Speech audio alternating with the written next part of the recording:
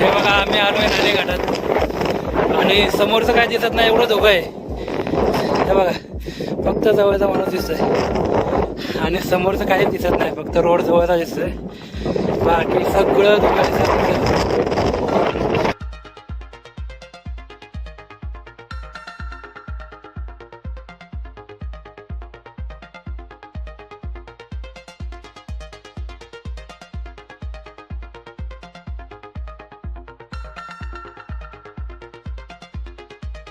इथं समोर सुद्धा आपल्याला काहीतरी दिसतंय, पण पहिलं आपण खाली जाऊन येऊयात, मग तिकडे जाऊ.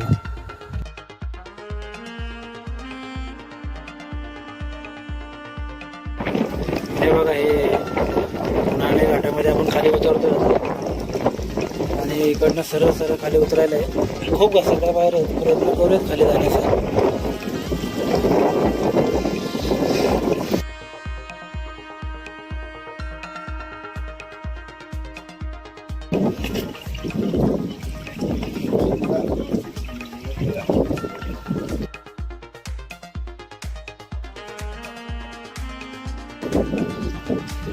तो उतरून खाली आलो ना, तिथं आपल्याला लेण्यांचा समज लागतोय.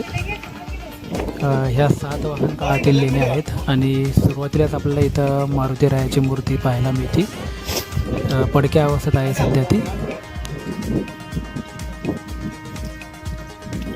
आणि लगेचच त्याच्या शेजारी उजव्या बाजूला एक गुहा आहे. ह्या गुहेमध्ये ना ब्राह्मी भाषेमध्ये एक लेख आढळतो आपल्याला.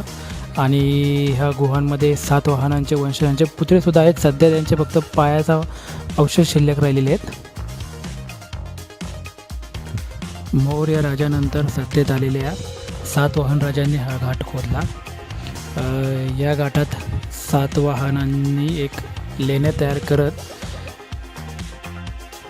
त्यामध्ये त्यांच्या कुलाची गाथाही कोरून ठेवलेली आढळते आपल्याला. येथील एका लेखात 7 वाहनांच्या पराक्रमाविषयी सुद्धा लिहून ठेवलेलं आहे की त्यांनी इथे केलेले यज्ञ दान धर्माचा त्याच्यामध्ये उल्लेख आपल्याला आढळतो. आणि त्यांनी इथे टोटल 22 यज्ञ केले. त्या यज्ञामध्ये त्यांनी हजारो गायी, शेकडो हत्ती, घोडे, खेडी, धान्य, वस्त्र, अलंकार असं हे सर्व इथे दान धर्म केल्याचा सुद्धा उल्लेख आहे.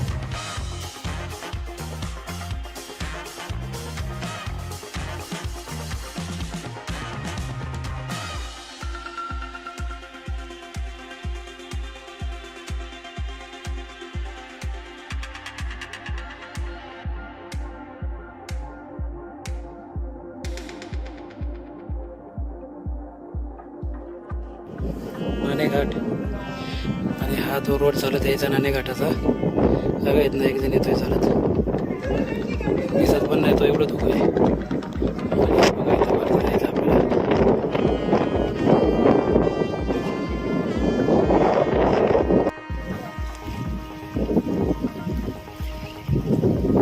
ह्या समोरच्या लेण्या आपण पाहिल्या, हा नाणेघाटचा रोड खाली.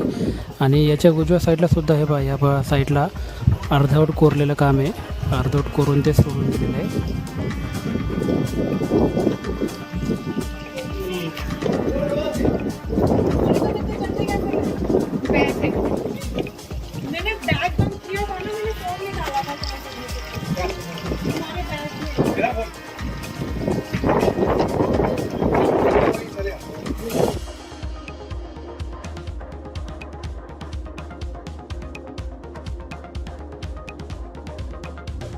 हे बघा हा रोड खाली जातो नाणे घाटाचा. खाली लेण्या पाहिल्या आपण. इथं वरती पण लेण्या आहेत कोरलेल्या. दिसत नाही. आणि ह्या बाजूने एक गणेशाचं आपल्याला मंदिर दिसत आणि वरती पाण्याच्या टाकी दिसल्या होत्या, ते पाहू पहिलं आपण.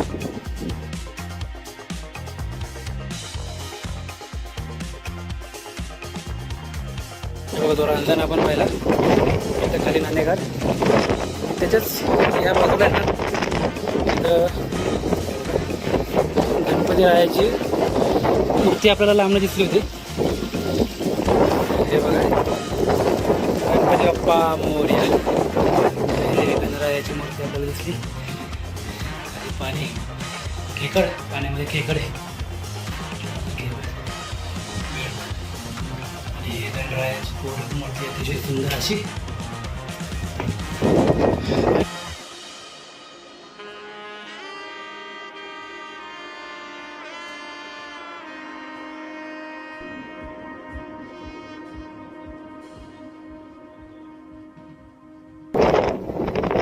आणि त्यावर महादेवाची पिंड कोरीव दगडामध्ये हे बघा,